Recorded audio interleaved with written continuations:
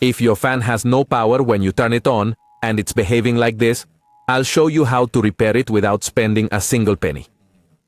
We'll begin by removing the front cover.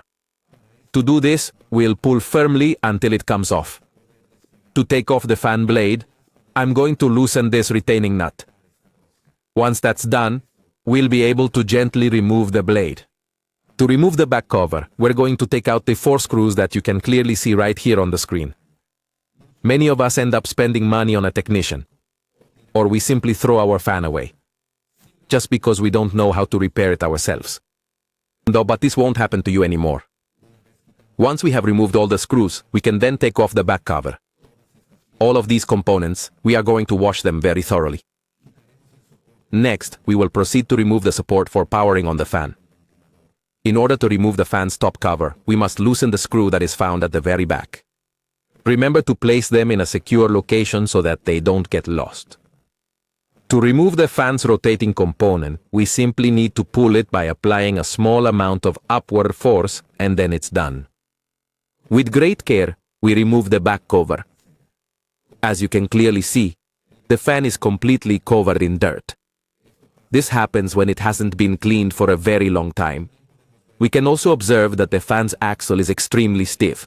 First, we will take a brush and thoroughly clean the entire fan from the back. If you don't have a brush, you can also use a toothbrush. While we clean our fan, I'll give you 5 tips to make your fan last longer. 1. Always keep your fan in a clean condition. 2. It always lubricates the axle and the motor. 3. Make sure to properly adjust and tighten all the screws and components. 4. Always turn it off when you're not actively using it. 5th, never ever wash it with water.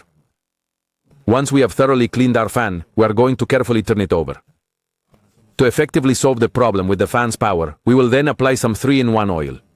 We will position this component at the very front and also centrally on the main axle. Following that, we're going to carefully rotate it both to the left and to the right.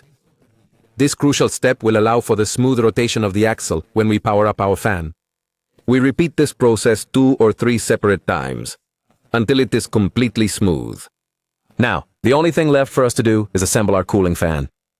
We place the rear cover into position and then secure it with a screw.